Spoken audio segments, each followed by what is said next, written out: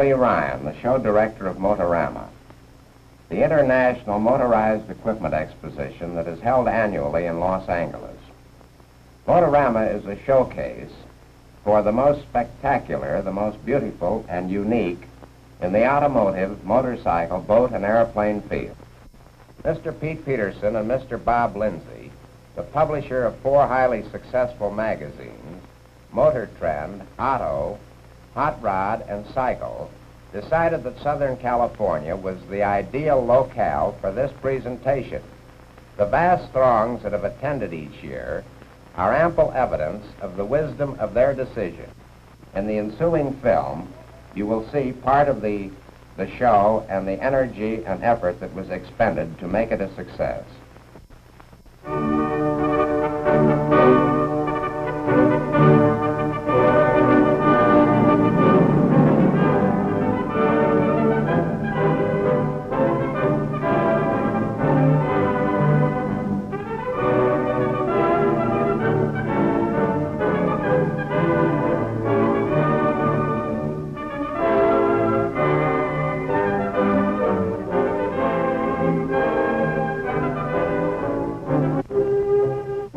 And preliminary work on Motorama required the combined efforts of a large staff of experienced people.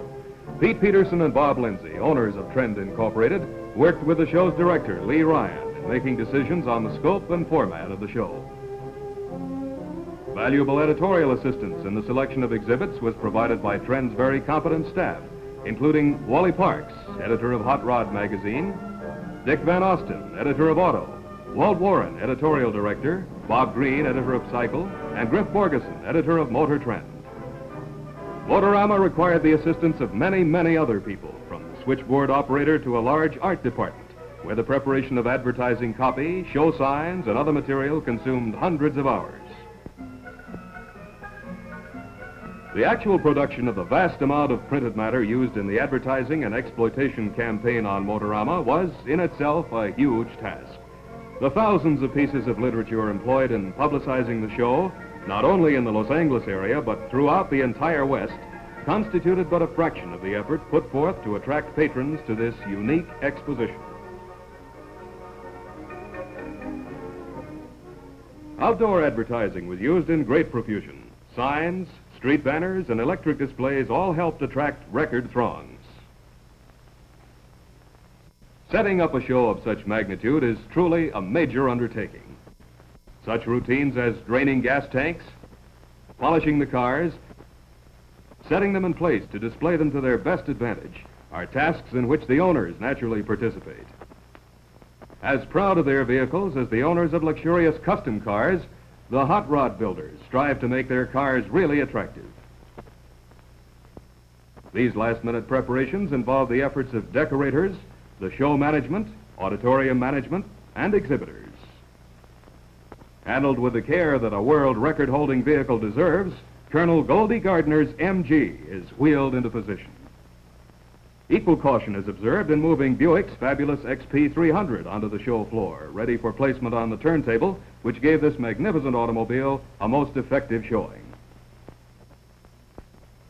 To provide a better side view of a Lakester-type car made of an airplane drop tank, the machine is tipped for the benefit of spectators.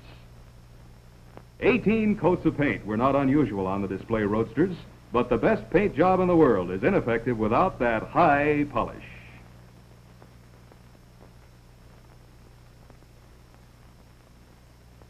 Turntables enhanced various displays. The Gardner MG was placed on such a setting to permit a clearer view and allow more thorough inspection of the streamlined body.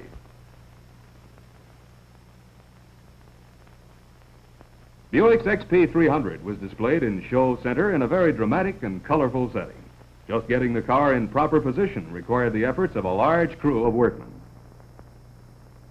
The commercial exhibitors spared no expense in preparing their displays, all of which were sparkling and attractive. Boats and airplanes shared spectator interest with cars and motorcycles. Incidentally, many record holders were exhibited at the show. Opening night of Motorama was a panoply of lights and color. Some idea of the size of the opening night crowd is given by the number of vehicles pouring into the Pan Pacific parking area. There was always a steady flow of patrons at all hours. Sidewalks and parkways outside the auditorium were thronged with show patrons, many of whom had driven hundreds of miles to visit the exposition. Despite the rush at the ticket windows, Pan Pacific personnel handled the ticket demand with great efficiency. Before the spectators entered the building, they were treated to one of the show's finest exhibits, that supersonic aircraft, the Douglas Skyrocket. The Navy's superfast rocket ship was located directly opposite the main entrance of the building. The multitudes taxed the building to capacity on all 5 days of the exposition. Motorama was of such importance that top-ranking television station KTLA decided to beam its popular feature, City at Night, from the show floor. Covering the exposition in every detail, the TV cameras opened the program with several views of the XP300. The many innovations in this spectacular car were demonstrated by its designer and builder, Mr. Charles Chain, an official of General Motors. Such features as push-button controls, which opened the hood and operated wheel jacks, were revealed to the TV audience, estimated at more than 600,000 persons.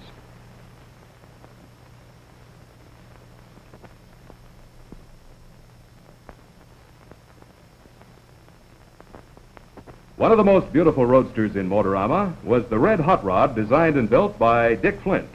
Displayed in the trend booth, this sparkling little car was given prominent television time and was a magnet for enthusiasts who admired its top-flight craftsmanship.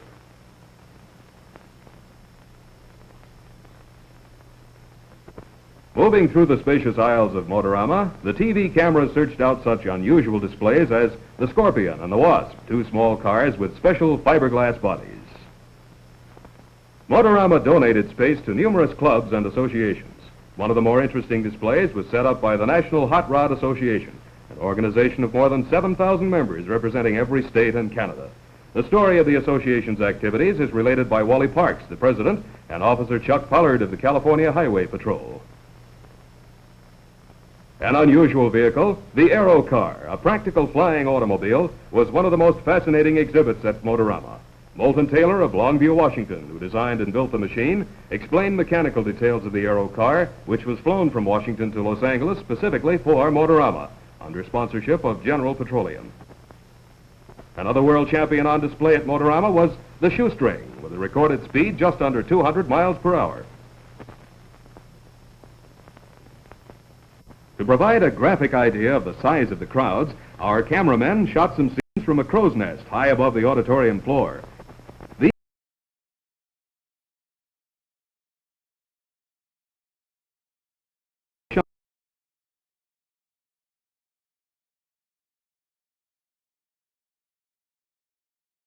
Shots effectively proved the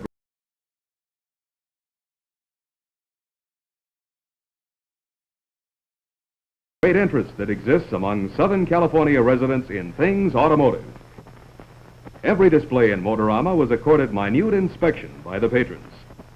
Every exhibit held the interest of the spectators, many of whom returned to the show a second or even a third time for a more leisurely and thorough viewing of the various booths. It was estimated that at least 6,000 persons from states other than California viewed the exposition, a testimonial to the wide drawing power of this presentation. No little credit is due the exhibitors, both commercial and non-commercial, for arousing such intense interest. Any exposition of such magnitude requires a program to ensure proper viewing, and the Motorama programs were in great demand. Not all Motorama fans were adults. One future enthusiast sought a vantage point on his dad's trusty shoulders to make certain he wouldn't miss a thing. Club members often attended the show in groups, wearing the insignia of their special affiliation. Many of these organizations came long distances to the show. A very unique little car was the rear-engine roadster exhibited by Ack Miller of Whittier. This trim vehicle is one of the fastest, competing in the Bonneville National Time Trials and other notable speed events. A Ford pickup truck, powered by a highly chromed Oldsmobile engine, attracted wide attention. A very fine example of a hot rodder's ingenuity. Augmenting his car's beautiful upholstering and chromed instrument panel, a roadster owner enhanced the charm of his exhibit by posing a lovely co-ed in the car. The perfectly streamlined Lakesters, such as the SoCal Special, were the center of great attraction. Cars of this type employ an airplane drop tank as a body.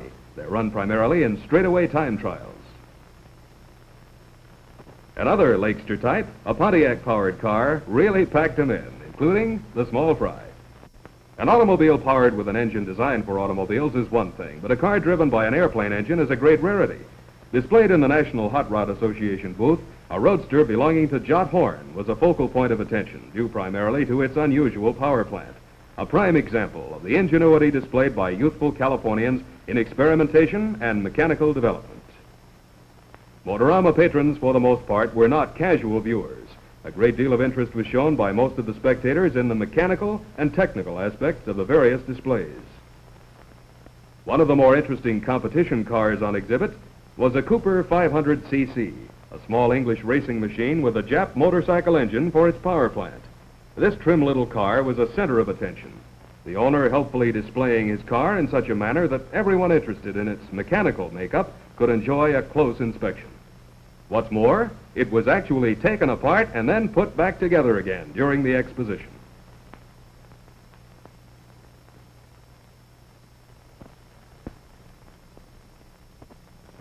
No less expansive than the automobile section was the motorcycle display.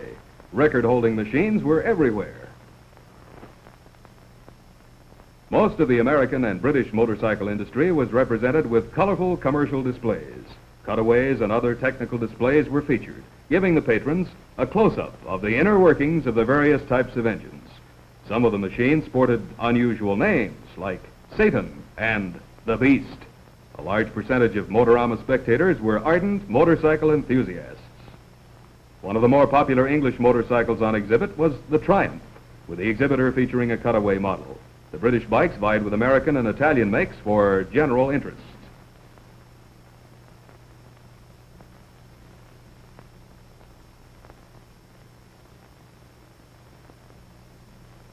An extraordinary racing motorcycle, noted for its great acceleration, is the Beast. The world's fastest hot rod, a beautiful streamlined two-engine car, was brought from Denver for the Motorama showing. This machine, which exceeded 230 miles an hour in a straightaway time trial on the Bonneville Salt Flats, was built by Ken's and Leslie of Denver. Known as the Climber Ken Special, the car is powered by two Ford V8 engines, one of them in front and one in back of the driver's seat. The car operates on one or both engines at the driver's discretion.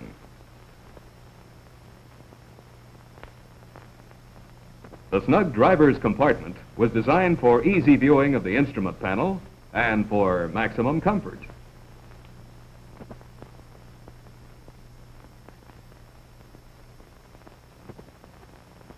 The aerodynamic streamlining was a great factor in this car's remarkable speed runs.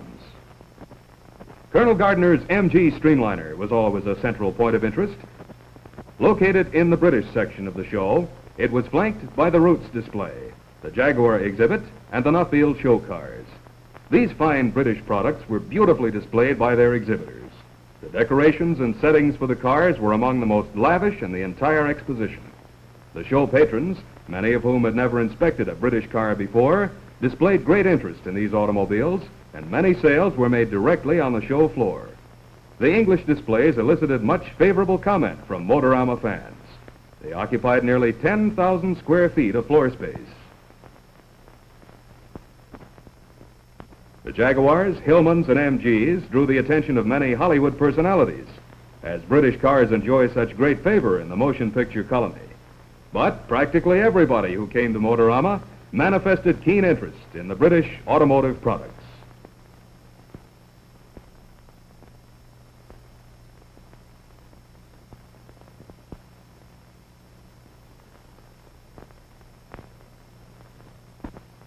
Viewed from a distance, the Aero car looked very much like any other small airplane. A miniature of the Bonneville Salt Flats, where the Southern California Timing Association stages a national event each year, was the principal display in the association's booth. With tiny cars running over the course exactly as they do at the big meet, this exhibit held spectators absolutely fascinated. Adults as well as youngsters were much intrigued by the replica. And incidentally, it required many, many months of hard labor to build. Another organization with a most interesting exhibit, the Motorama Foundation. Planning a 5-mile straightaway with a connecting road race course, the foundation displayed an artist's projections of the proposed facility. Officers Pollard and Earhart of the California Highway Patrol view the sketches as they're explained by Raleigh Mack, Vice President of the Foundation. Finding a suitable site for the straightaway and road course has been one of the biggest problems of the Foundation officers. Nels Nelson, who represents Indian Sales Corporation, is the president. Sports car and hot rod enthusiasts as well are following the Foundation's progress with great interest. By viewing the full length of the Pan Pacific Auditorium, we are better able to appreciate the expansiveness of the Motorama display and the great spectator interest in all of the exhibits. No show is complete without hot dogs, Cokes, and similar good old American refreshments. The concessionaires at Motorama were kept busy day and night supplying the hungry throngs. A special theater was set up inside the auditorium to house the General Motors Previews of Progress, a show within a show. The services of doormen were required to restrict the crowds. And a fill-to-capacity sign was used every time the show was in progress. Demonstrations involving principles of physics and chemistry were given by Frank Ferroni of General Motors.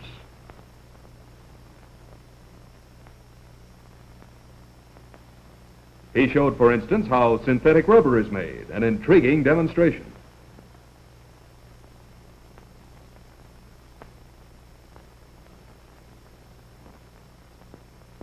The principle of jet propulsion was demonstrated by Mr. Ferroni, who used a small pistol fired by a CO2 capsule and a miniature airplane strung on a tight wire to dramatize this demonstration. The intense concentration by the audience was evidence of the great interest that exists in experimentation and research. The theater area also was used for showing racing films, another very popular feature.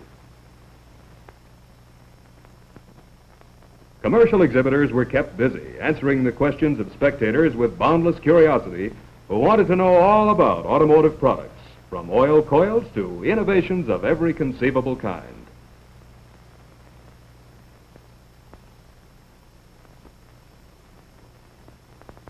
To make certain that their displays were not bypassed, some exhibitors added a little something special.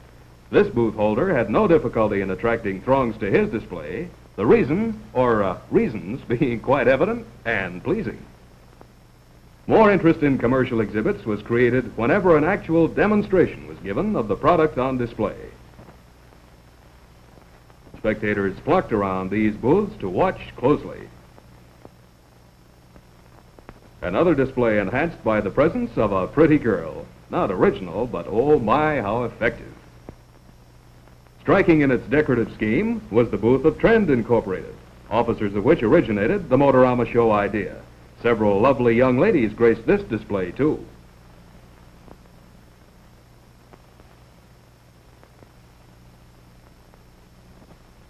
The Art Directors Club of Detroit provided a very popular exhibit, a $100,000 automotive art display representing the work of 4 of the larger automobile advertising agencies. Custom cars were a constant magnet of attention, and Motorama featured many of them. The custom car owners spared no expense in making their machines attractive and distinctive according to their own tastes. Each of these cars represented several thousands of dollars, no small percentage of which was spent on instrument panels. Styles of the custom cars were as varied as the tastes of the spectators who constantly surrounded them. Cars with fiberglass bodies intrigued the crowds. In fact, Motorama had no slack hours as far as spectators were concerned. From opening to closing, they jammed the building.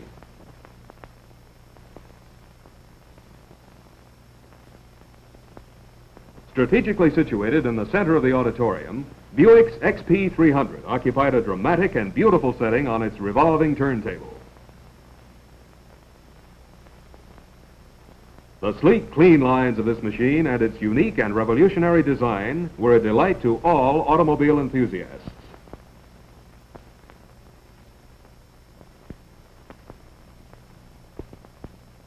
Displayed through the courtesy of General Motors and Mr. Charles Chain, its designer and builder, the XP was insured for $1 million for the Motorama appearance. Exhibited so as to permit viewers a 2-level inspection of the machine, this dream car held some spectators for 30 minutes or more as they studied its every innovation. Patrons of Motorama left the exposition with words of wonderment and praise for the scores of outstanding exhibits they had seen. Representing the work of hundreds of skilled designers, engineers, and craftsmen, both professional and amateur, the machines on display were valued at more than $2 million. To prepare them especially for show purposes, no effort or expense was spared by the owners and builders. Perfect condition, a must. This great expenditure of care, energy, and money was matched by the show sponsors to present a truly memorable motorized equipment exposition. The exhibitors, both commercial and non-commercial, and the show management were gratified to hear the many expressions of great pleasure and satisfaction from Motorama patrons. As the lights flashed the end of the 1951 Motorama, plans were already on the boards for an even greater show in '52.